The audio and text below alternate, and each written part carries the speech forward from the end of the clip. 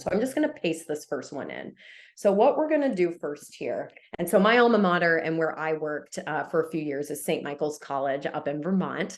So I actually just went to their website yesterday and we talked about reverse engineering content, right? So I pulled from their FAQ page for their counseling a bunch of information. I actually was a student worker in that office. So I am to some degree, right? Like I'm not the biggest subject matter expert. It's been plenty of years. I was just a student worker, but I know a little bit more about this than I might other things. So that's one of the reasons why I picked this topic.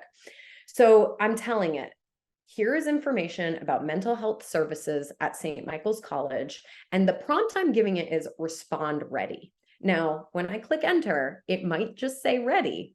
It might do a little analysis too. ChatGPT is an overachiever. So we're going to see what happens. And I have no idea what's about to happen when I click enter. But what I've done is I've pasted in a bunch of details that I pulled directly from the website. So let's click enter, see what happens. Ready, cool. And look, it's kind of telling me some stuff too. All right, well, I didn't need that, but thanks, ChatGPT, you're an overachiever. Now we're going to start progressive prompting here, right? And truthfully, I really don't care what it's saying to me right now. I'm sure it's great information, but we're going to get to the good stuff. So my next prompt, I'm going to ask ChatGPT to act as a content writing expert. And I'm going to ask it to write an email to the student body, right? This is reverse engineering content at its finest. I pulled content directly from the website that I know an expert has vetted. And now I'm transforming that content. So if you remember, our goal is to promote one-on-one counseling appointments to incoming first-year students. So I'm going to ask it to act as a content writing expert. I'm going to ask it to write an email to the student body from the director of counseling. I'm telling it its role here, who it is. And I'm giving it its, its information. Like this is what the goal. We're advertising counseling appointments. And especially if they're struggling in their first semester, we want them to know this exists. And then I'm giving it some best practices, right? Like I've already said you're an email or a content writing expert, but I want to make sure that a few best practices are adhered to here. So I'm telling it to write, right? This is my student body. So be conversational and relatable. And then here's 6 best practices to follow. Let's see what happens.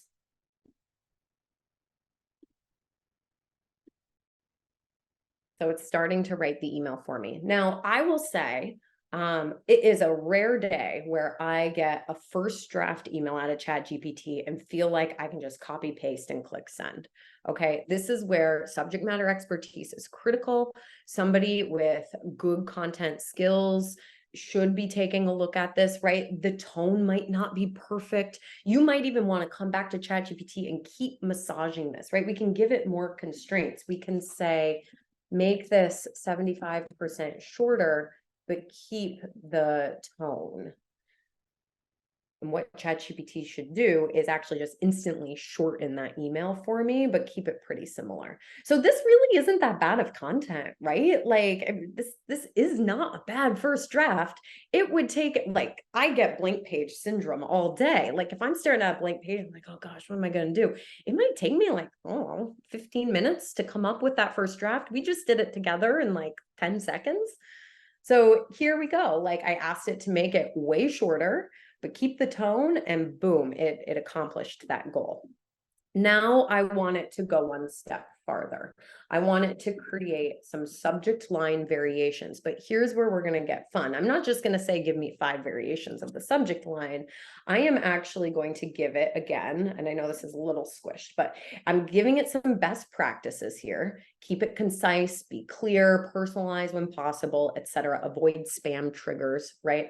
And then I'm saying, I want 3 subject line variations for each of the following populations. Here's where we get personalization at scale. I identified that maybe the message would have to be a little different if that student was coming from out of state versus in-state, living on campus versus off campus. Maybe I need to have a special email just for the student athletes. And then perhaps we have data that shows undecided majors, are the hardest to retain. And so I also want that population as part of this. So now I click enter and we'll see what happens. It should be giving me, right, by each segment, 3 different variations. And what I like to see in these variations, like it is rare all 3 are going to be usable, but it is pretty often that at least one of them is going to, if nothing else, spark a really great idea that's creative for you. Plenty of times I have done something like this and I've been like, "Ooh, I like I'm going to Frankenstein it." Like I like the first part of this one and the back part of that one, and I'm going to put it together, right? So here's ideation. Here's actually maybe straight content that you would just want to utilize.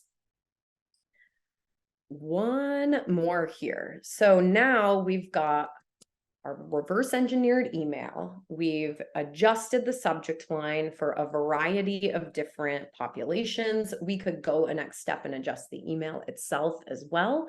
But for this last example, we're going to have ChatGPT act as a social media influencer. And so I'm telling it it's an influencer with 2 million followers on LinkedIn. And I want it to write an engaging and thoughtful LinkedIn post that is going to talk about the benefits of counseling at St. Mike's. So it is similar but different, but I'm staying in this same chat because I'm getting the benefit of having all of that, other content that it's already learned before it.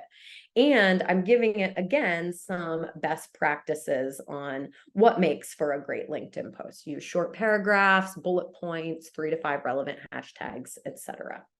I'm also asking it to include a CTA. So we'll see what happens here. Again, the prompt was to write a LinkedIn post about the benefits of counseling at SMC, and your audience is the entire student population. So here we go. Now, I don't know if you would, I don't know if LinkedIn is the appropriate channel for which you would post something like this. Maybe it's a different social network, right? You can see how you can easily modify that. But again, this really isn't that bad. It's written in a solid tone. Like the information on quick glance looks pretty accurate. It's using hashtags. The call to action, like, has counseling helped you? Share your experiences. Like, okay, cool. Now, maybe you looked at this though, and you're like, that's crap. That is not what I wanted. The beauty is you can just regenerate the response and have it try again, right? So again, it comes back to creativity and experimentation. Just give it a shot. And here, I love this one because I'm a proud Purple Knight, and it's speaking to me by saying, "Hey, Purple Knights," right at the start. It's pulled in this example. I can see, because I had read that website. It has pulled some of the really critical things that were in the FAQ right out. Free, confidential, personalized care, easy access. I mean, those are the things I know because I worked in that unit. Like, I know that's what St. Mike's is looking to emphasize, and ChatGPT did it for me.